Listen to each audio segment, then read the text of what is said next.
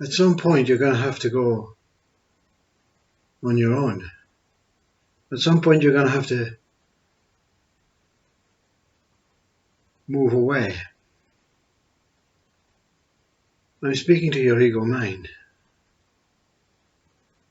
At some point you're going to have to see yourself, Mr. Ego Mind, as some sort of time up.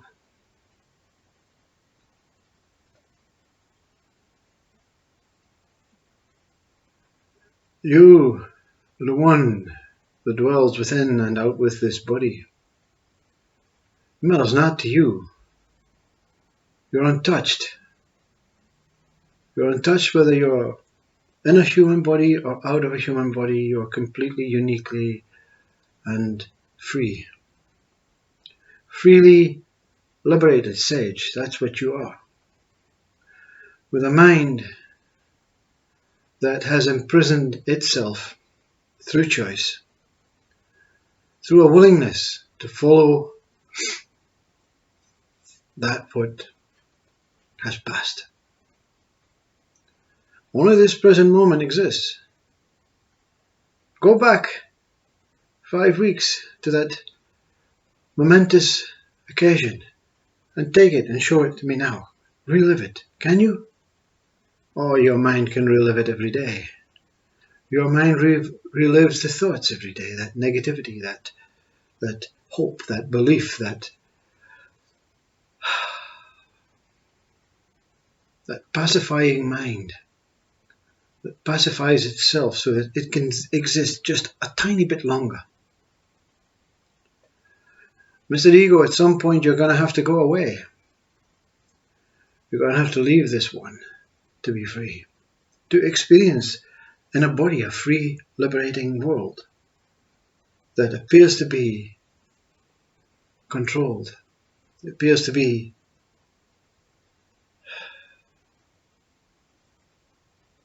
a prison. But the ego mind has imprisoned itself into a cell, into a body, into a name, into a time-based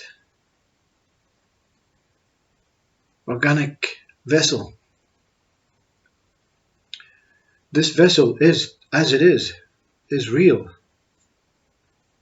but it's not what the mind says it is. The ego mind that through a beautiful need to impress that what it serves, it creates so many hopeful ideas and concepts of what it sees you as, what it sees death as, what it sees birth as. The ego creates wondrous, unlimited names and identities of this one whole life. The ego struggles to let go of the information that it has created, because it knows when the information goes, it goes also. But it goes with a fear of not returning. But deep down inside it knows it doesn't need its ego. You don't need your ego. You don't need your ego to be full and free and liberated and experience life as it is. Wondrous, open and diverse book of mystical experiences coming and going. And that you, the one that experiences the coming and going, does not come and does not go. Infinite life, infinite consciousness, infinite core, infinite I, and beyond. So it's okay if ego is not listening. It's okay if ego is not ready to depart. Because the next body, it again will be created clean, pure, and open. Hopefully the next time in a period of surrounded by egoless individuals, so that the truth can be not seen, but experienced as what one is. At some point you're going to have to go. At some point you're going to have to be on your own, Mr. Ego. A separation, a duality has to take place. Why so many look for non-duality and not realizing what duality is primarily? You cannot realize what non-duality is until you know that you are completely separate from this world. Meaning, you are completely separate from everything, every idea, every concept, every person, every hill, every name, you're completely separate from your spirit, you're completely separate from your soul, you're completely separate from God, you're completely separate from... Oh, wait a minute. Am I completely separate from my body? The quickest way to go from whatever you are now, asleep, to a jewel opening, ready to seek being, into non-duality in one moment, is to realize that you are speaking about yourself. I can talk about myself. I can talk about my body. Body's a name. But who is it that can talk about its body? Is it the body then? Would the body speak about itself? Does the tongue talk about itself? Does the ear talk about itself? Does the fingernail talk about itself? It only projects and looks outwards. So if you believe you are the body alone, you'll be relying on this external world, and you'll be relying on names, and therefore you'll be relying on ego. But if you see within the body that there's a two-way looking, that you are the lighthouse circulating the afterlife, the it within life, the external life, the subtle life, the soul life, the spiritual life, the body life, the godly life, the conscious life. You are all seeing that you are all these things projected and as all these individual things. But what is the one thing that you are before you give names to all these things? What is the one thing that exists? Is it just consciousness? Consciousness being life? Life being that what holds everything together, that what describes everything. The plant is life. The curtains were made from life and exist as life. Everything that you perceive is life. Everything that you perceive within yourself is life. What quality of life is it that you're looking for? Because whatever you're looking for, you have to be before you can establish it. So what's the point of establishing it when you already are? With ego, you'll not experience full, free liberation. With ego and a knowing that you're not just this body. You're not just a spirit. You're not just a soul. You're not just consciousness. You're not just limitless, eternal life. You're not just immortal. You're beyond all these states also. So what is it that you can find that is broken up? I'm going to look for God, meaning the rest of the world is useless. Spirit is useless. Soul is useless. No point, because I'm looking for God. So you deny all these things, and your attention is on this God. And you look outward for this God. And you look inward for this God. But you're denying whole life.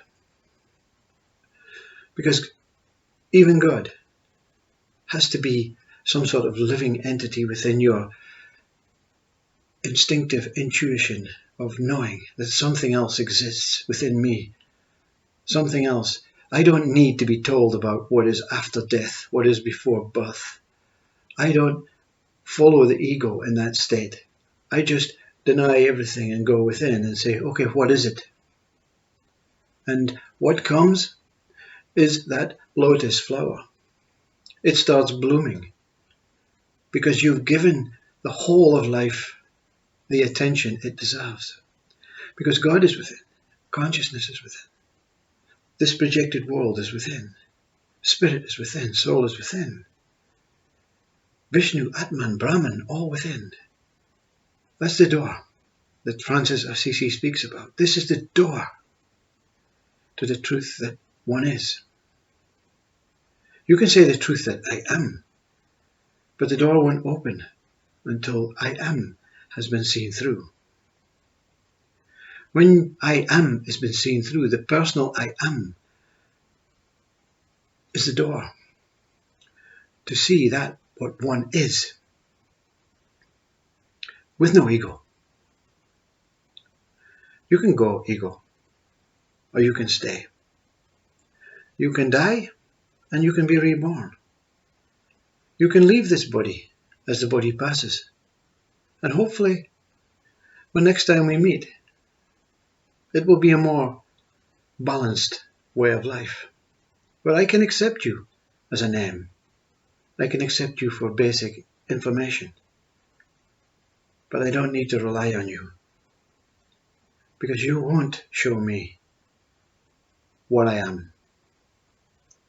Because ego does not say, I am God, everything is here.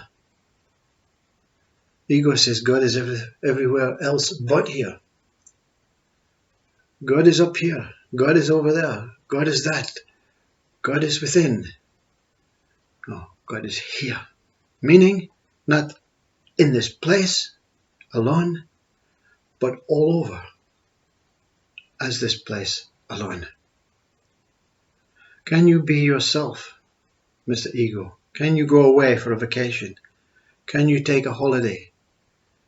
Can you lie in the corner and wait for the one that you serve to slowly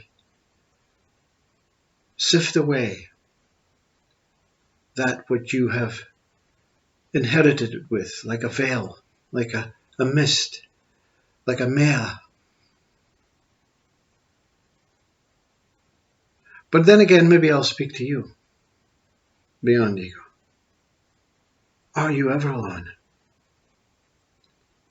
What does alone mean to you without your mind? What is solitude, home?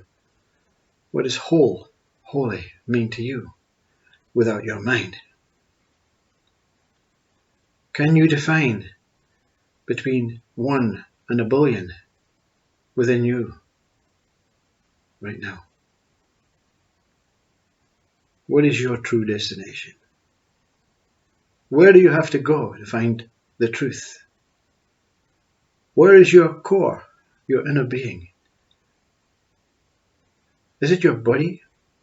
Is it your soul? Is it your spirit? Is it your consciousness? Is it your godliness? Is it your source? Is it your awareness? Is it your presence? Or is it whole encompassing whatever one is? Vast,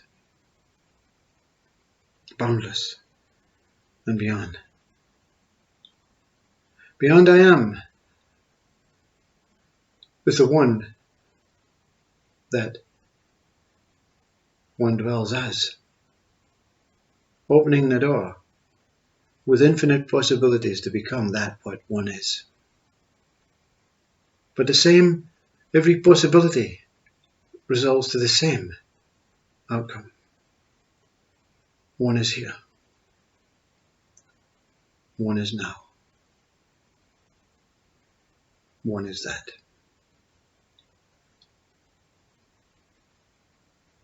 One is.